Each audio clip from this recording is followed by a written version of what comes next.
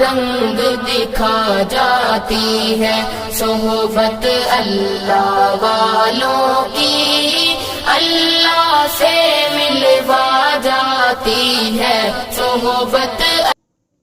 الحمدللہ رب العالمین والعاقبۃ للمتقین والصلاة والسلام علی سید المرسلین، اما بعد۔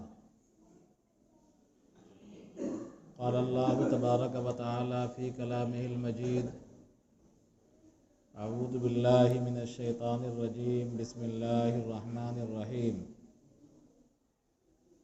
الذین یؤمنون بالغیب ویقیمون الصلاة ویؤتون الزکاة۔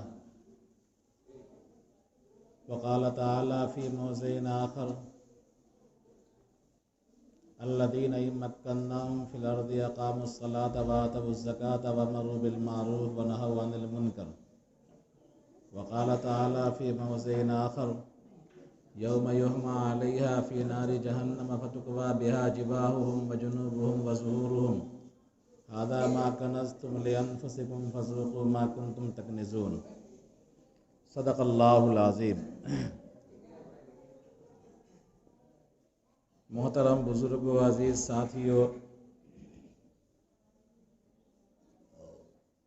آج 11واں روزہ ہم لوگ رکھے ہوئے ہیں اللہ کے فضل اور مہربانی سے،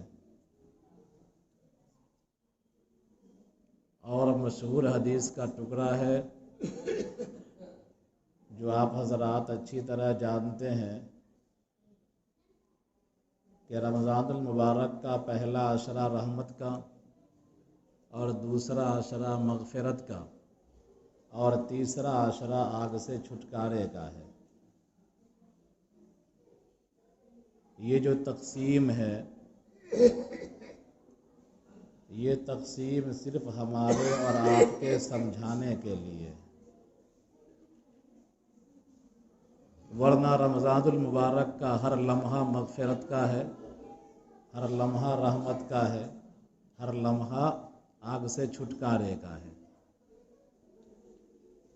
لہذا ایک بندہ مومن کو چاہیے کہ وہ رمضان المبارک کے ہر لمحے کی قدر کرے،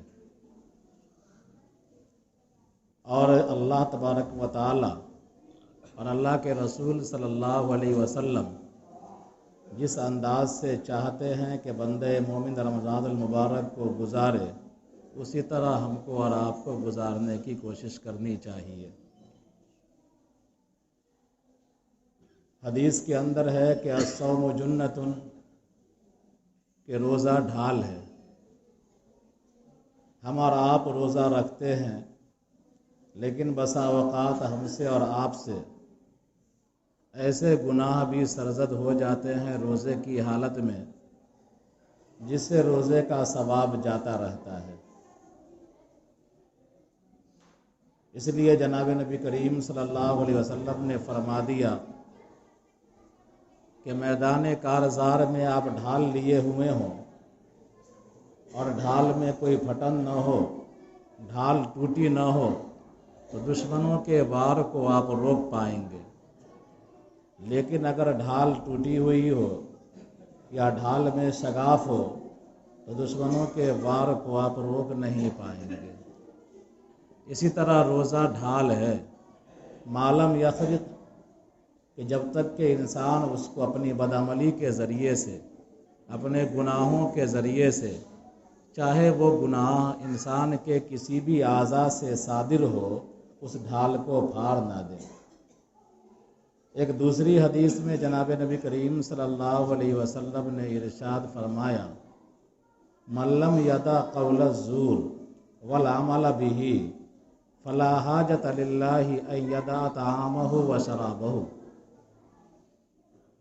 کہ بہت سارے لوگ ہیں جو سحری بھی کھاتے ہیں، افطاری بھی کرتے ہیں، دن بھر سہتے ہیں، لیکن نہ تلاوت کی طرف مائل، نہ ذکر و اذکار کی طرف مائل، نہ مسجد کی طرف مائل، بلکہ عام دنوں میں جس طرح گناہ کر رہے ہیں اسی طرح گناہ کر رہے ہوتے ہیں، تو فرمایا اللہ کے رسول صلی اللہ علیہ وسلم نے کہ روزے کی حالت میں جو آدمی جھوٹ بولنا، جھوٹی بات کو پھیلانا اور اس پر عمل کرنا نہ چھوڑتا ہے، یعنی گناہ کے کام کو نہیں چھوڑتا ہے، فلا حاجت للہ، اللہ کو کوئی ضرورت نہیں ہے ان یدع طعامہ و شرابہ، کہ وہ اپنا کھانا پانی چھوڑے، یعنی اس کا روزہ صرف نام کا روزہ ہے، اللہ کے یہاں اس کا روزہ مقبول نہیں ہے، اور روزے داروں کے لیے جو فضیلتیں ہیں، جو انعامات ہیں، ایسا آدمی ان انعامات کا مستحق نہیں ہوگا۔ حدیث کے اندر آتا ہے کہ روزے داروں کے لیے ایک باضابطہ گیٹ ہے جنت میں، جس طرح آپ کے گاؤں کا گیٹ ہے، لکھا ہوا ہے گرام پنچایت راج ناری، یہ گاؤں کی شان ہوتی ہے۔ پروگرام آپ کرتے ہیں تو مختلف ناموں سے گیٹ بناتے ہیں۔ آپ کے یہاں شادی بیاہ ہوتی ہے تو شادی بیاہ میں بھی گیٹ بنایا جاتا ہے، گلدستہ لگایا جاتا ہے، پھول سجایا جاتا ہے۔ تو دروازے کا بننا، گیٹ کا ہونا، یہ اعزاز کی بات ہے، یہ شان کی بات ہوتی ہے۔ تو جنت میں اللہ تعالیٰ نے روزے داروں کے لیے ایک گیٹ بنایا ہے، اس کا نام ہے باب ریان۔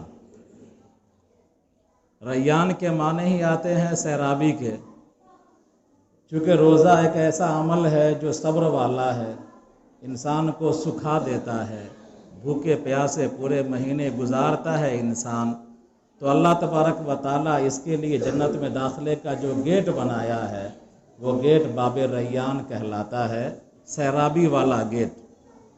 اور اسی سیرابی والے گیٹ سے روزے داروں کو اللہ تبارک و تعالیٰ اعزاز کرتے ہوئے، اکرام کرتے ہوئے، اور ایسی سیرابی عطا کرتے ہوئے کہ اس سیرابی کے بعد پھر پیاس نہیں لگے گی، اللہ تبارک و تعالیٰ جنت میں داخلہ فرمائے گا۔ بہرحال ان تمام باتوں کا لب لباب اور خلاصہ یہی ہے کہ ہم کو اور آپ کو روزہ تمام حقوق کی ادائیگی کے ساتھ کرنا چاہیے۔